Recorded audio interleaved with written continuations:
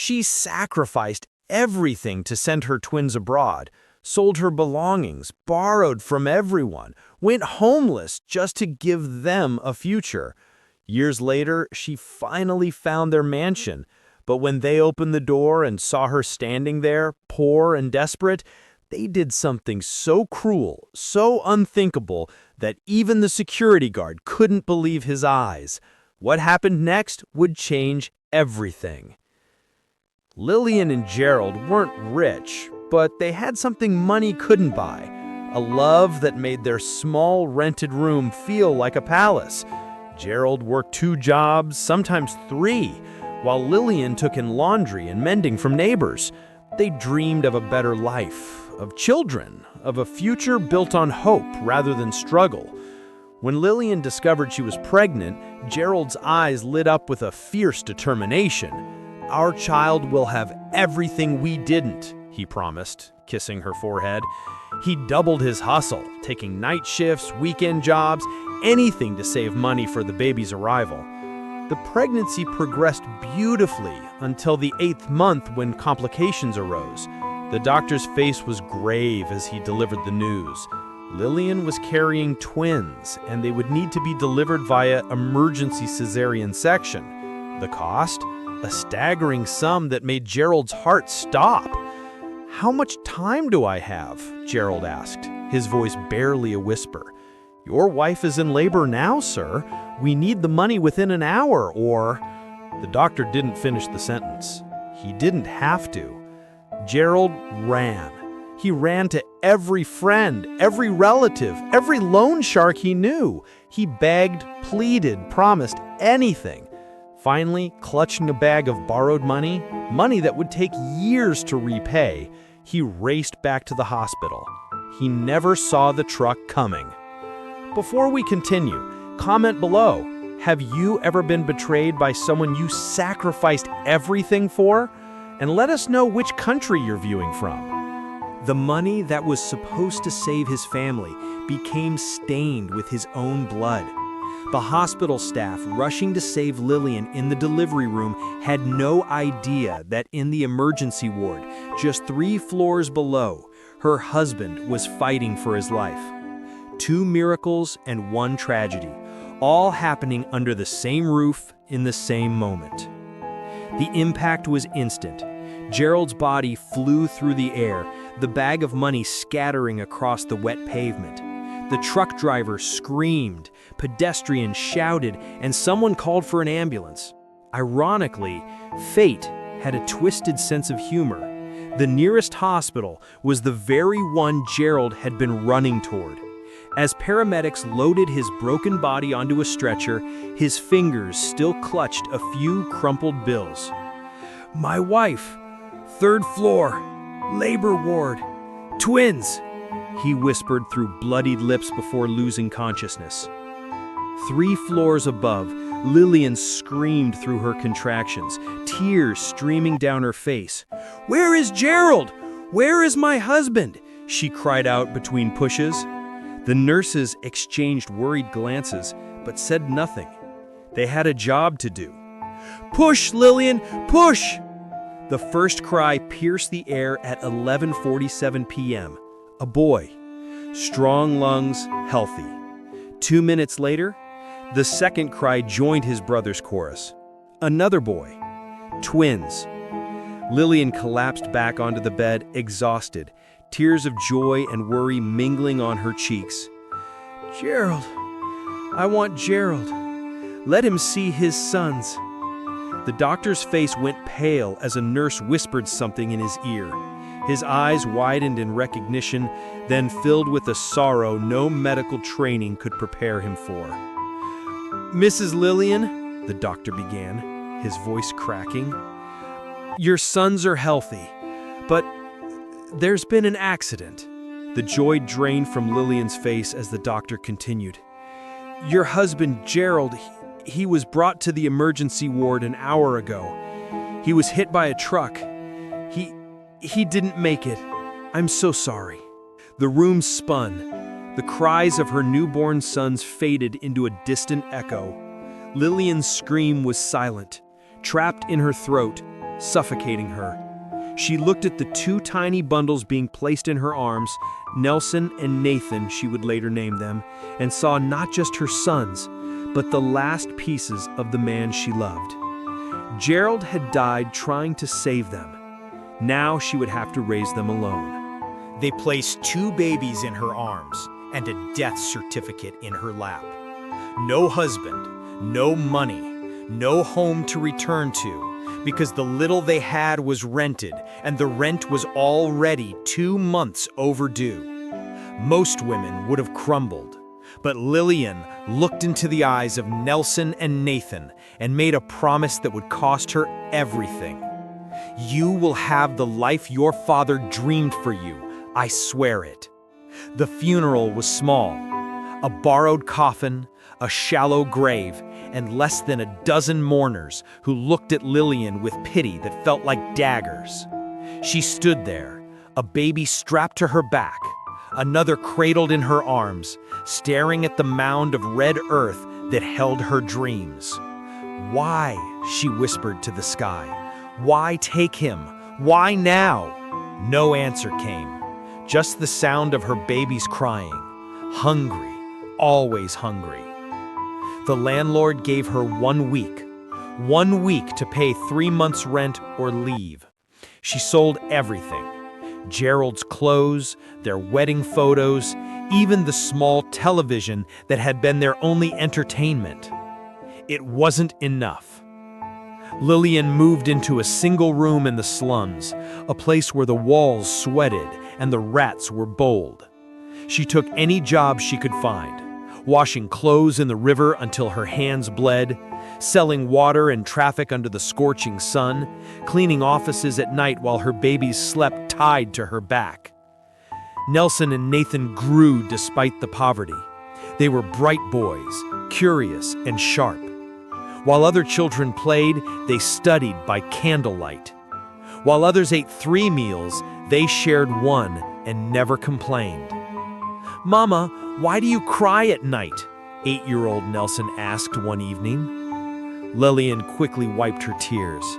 "I'm not crying, my love. It's just sweat." Nathan, ever observant, touched her face. "Sweat doesn't taste salty like this, Mama." She pulled them close, her heart breaking. "I cry because I'm happy, happy that God gave me you two." Years passed in a blur of struggle and sacrifice. Then came the miracle. Nelson and Nathan both received full scholarships to study abroad. Full scholarships! The news spread through their poor neighborhood like wildfire. "Your sons are geniuses, Lillian," neighbors celebrated. But there was a catch. The scholarship covered tuition, but not travel documents, visas, medical tests, or flight tickets. The amount needed? More money than Lillian had ever seen in her entire life. She stood at a crossroads. This was her son's only chance to escape the cycle of poverty. Their only chance to live the life Gerald had died trying to give them. "I'll find the money," she whispered to Gerald's memory. "I'll send them, whatever it takes." What she didn't know was that this decision, this ultimate sacrifice, would lead to the most devastating betrayal a mother could ever face. She had nothing left to sell except her dignity. The scholarship was their golden ticket out of poverty, but the processing fees might as well have been $1 million. So Lillian did what only a desperate mother would do. She begged, she borrowed, she made promises she had no idea how to keep. And when that wasn't enough, she sold the only thing she had left, her future. Lillian went door to door, her pride crumbling with each knock. "Please, it's for my son's education. They have scholarships to study abroad. I just need help with the processing fees. I'll pay you back, I promise." Some doors opened with sympathy. Most slammed shut with judgment. "You can't even feed yourself, Lillian. How will you pay us back?" "This is foolishness. Let your sons work and save money themselves." But she persisted. She borrowed from loan sharks at criminal interest rates. She sold the last piece of jewelry Gerald had given her, a simple necklace she'd sworn never to part with. She worked 4 jobs simultaneously, collapsing from exhaustion, waking up to do it all again. Nelson and Nathan watched their mother waste away before their eyes. At 17, they were old enough to understand the magnitude of her sacrifice, yet young enough to believe it was all worth it. "Mama, you're getting too thin," Nathan worried, seeing her bones protrude through her worn dress. "I'm fine, my son. I'm excited for you both. This is everything your father and I dreamed of." Her smile didn't reach her sunken eyes. The day finally came. After 9 months of relentless hustling, Lillian had gathered every cent needed. The visas were approved, the tickets were booked. Her sons were leaving. At the airport, Lillian hugged them so tightly they could barely breathe. "Remember who you are. Remember where you came from. And remember," her voice cracked, "remember your mother loves you more than life itself." "We'll make you proud, Mama," Nelson promised. "We'll send for you as soon as we can," Nathan added, tears streaming down his face. As she watched their plane disappear into the clouds, Lillian felt something break inside her. Relief, pride, and a gnawing fear she couldn't name. She returned to find an eviction notice on her door. The loan sharks were circling. The debts had piled high, she could no longer see the top. Within 3 months, Lillian was homeless. She slept on the streets, in church doorways, anywhere that offered shelter from the rain. Her sons called occasionally at first, excited voices telling her about their new world, their classes, their dreams coming true. "Don't worry about us, Mama. We're working part-time jobs now. Save your money. Take care of yourself." But Lillian had no money to save. She had nothing left. She had given them everything, including the roof over her head. The calls became less frequent. Then they stopped altogether. 6 months after the last call to their mother, Nelson and Nathan stood on the rooftop of their penthouse, champagne glasses in hand, overlooking the glittering city skyline. "Remember when we used to share one plate of food?" Nathan laughed. Nelson clinked his glass with a cold smile. "That life is dead. We killed it the day we got on that plane." Neither of them noticed or cared that their mother's last message sat unread on the phones they'd long since replaced. The transformation had been swift and intoxicating. Within months of completing their scholarship program, both twins had been recruited by Sterling Global Corporation, one of the world's most prestigious multinational companies. Their intelligence, hunger, and ruthless ambition caught the eye of senior executives immediately. Nelson excelled in financial strategy, cold, calculating, capable of making decisions that maximized profit regardless of human cost.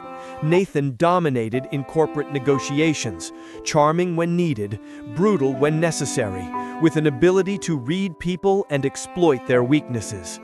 They moved into a luxury penthouse in the heart of the city's financial district. Floor-to-ceiling windows, marble floors, a view that cost more per month than their mother had earned in years. Their weekends became a blur of exclusive clubs, designer shopping sprees, and elite social circles where no one asked about their past, only their portfolio. "Your background?" asked a beautiful woman at a rooftop party, her interest obvious. "Self-made," he answered smoothly, the lie rolling off his tongue like silk. "We came from nothing, built everything ourselves through pure determination."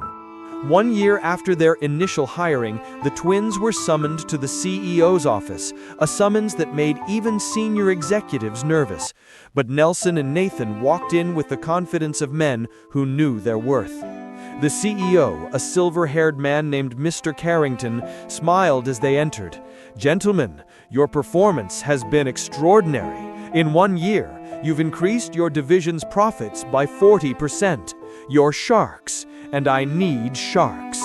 He pulled up a presentation. Sterling Global is expanding aggressively into emerging African market. We're opening a new flagship branch in your home country, a multi-billion-dollar operation that will establish our dominance in the region."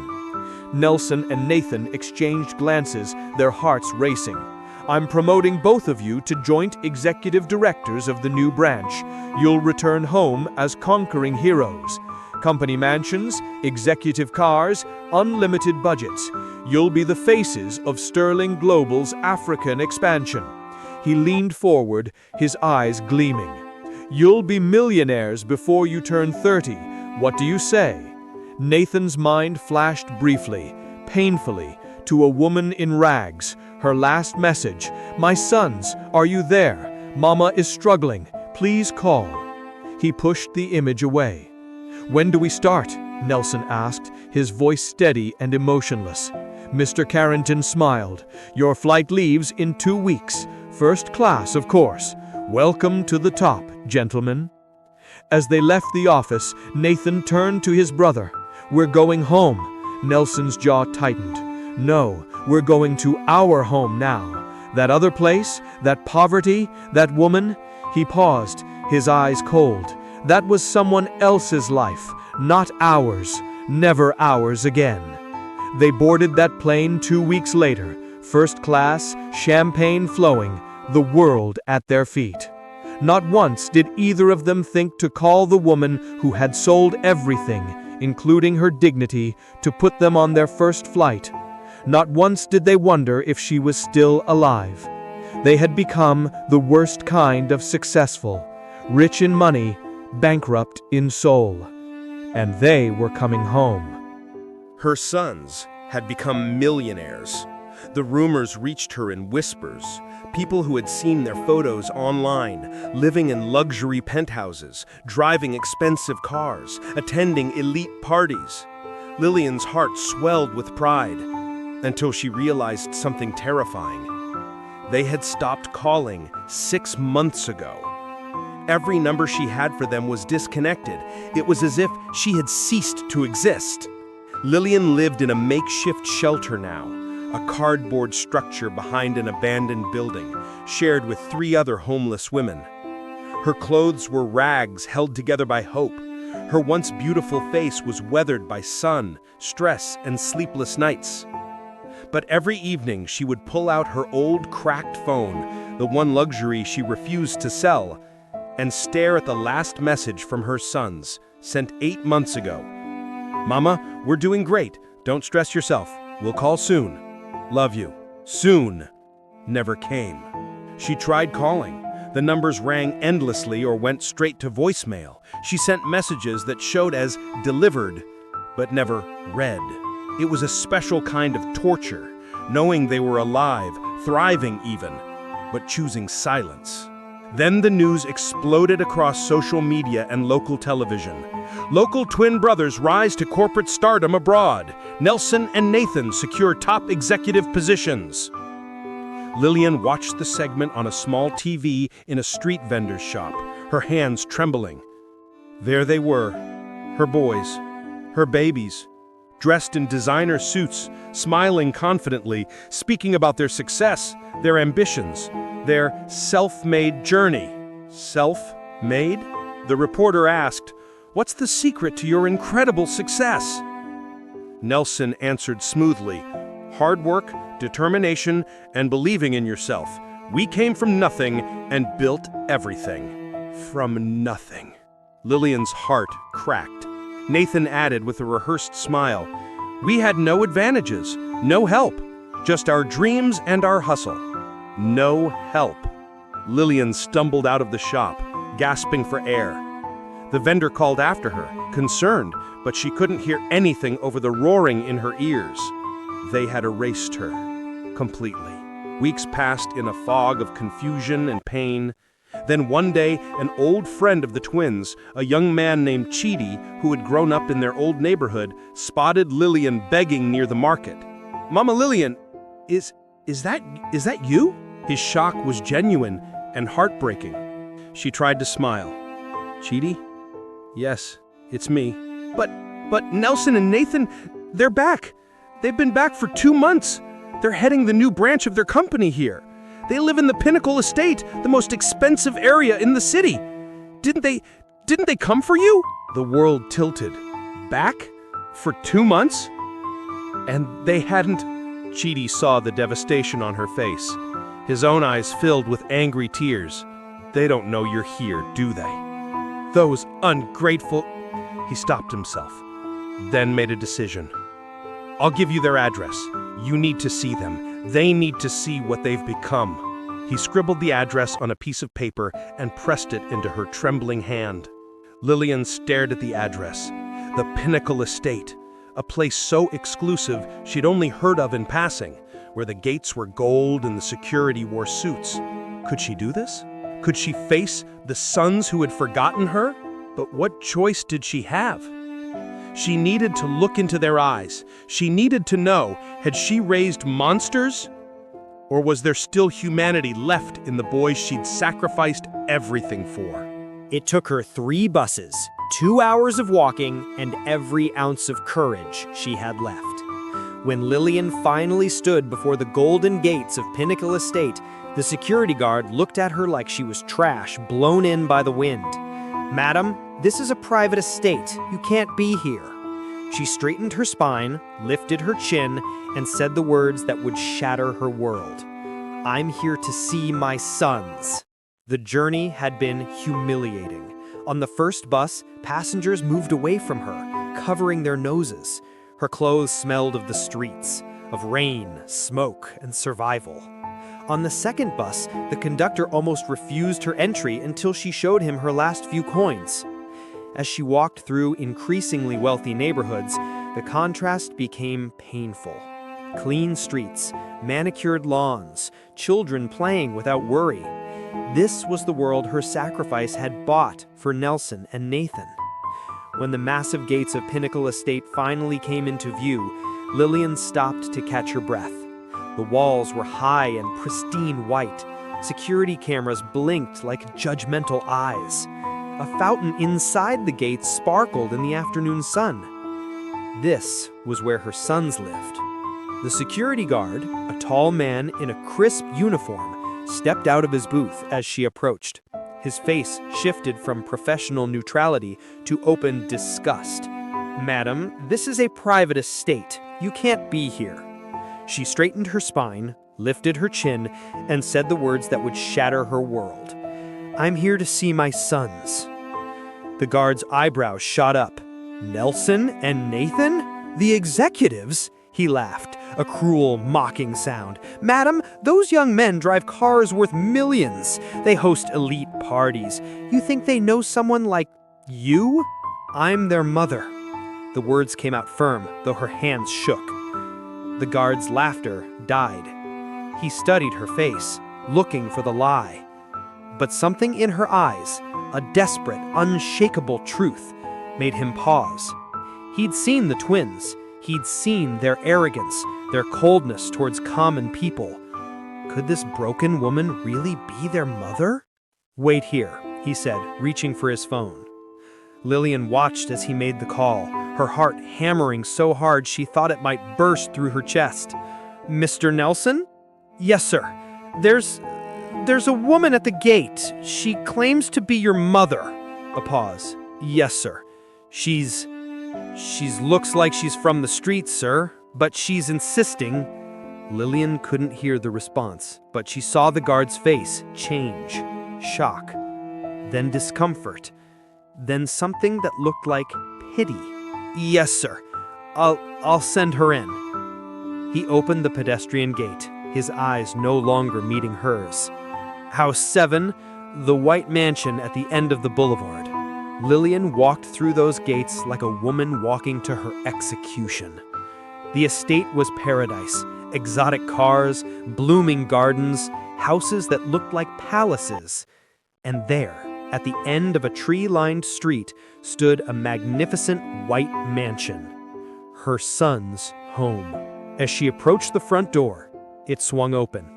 Nelson and Nathan stood there, side by side, in expensive casual wear. For a moment, one precious, fragile moment, Lillian thought She saw recognition in their eyes. Then Nathan's face twisted with disgust. "Security said our mother was here," Nelson said coldly, looking past her as if searching for someone else. "But all I see is a beggar trying to scam us." Lillian's world stopped. "Nelson, Nathan, it's me. It's your mother." What happened next would haunt her forever. She had prepared herself for surprise, maybe even initial shock, but nothing, absolutely nothing, could have prepared her for the words that came out of Nathan's mouth. "Our mother is dead. She died years ago in poverty because she was too weak to survive. We don't know who you are, but you need to leave before we call the police." Lylan's legs nearly gave out. "Nathan, Nelson, what are you saying? I'm standing right here. I'm your mother. I raised you. I sacrificed everything." "Sacrificed?" Nelson cut her off with a bitter laugh. "You mean you were poor and useless? You mean you couldn't provide for yourself, let alone us? We built ourselves from nothing. We owe our success to no one." Tears streamed down Lylan's face.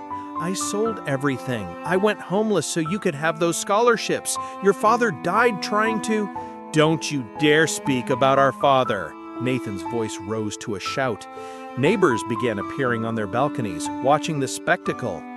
"You're a con artist trying to profit from our success. We've seen your type before."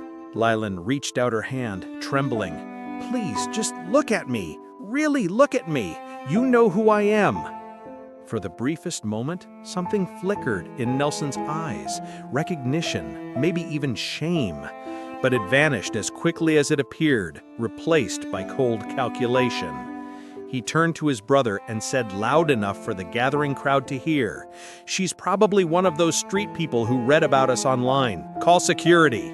"No, wait!" Lylan stepped forward desperately. That's when Nathan did the unthinkable.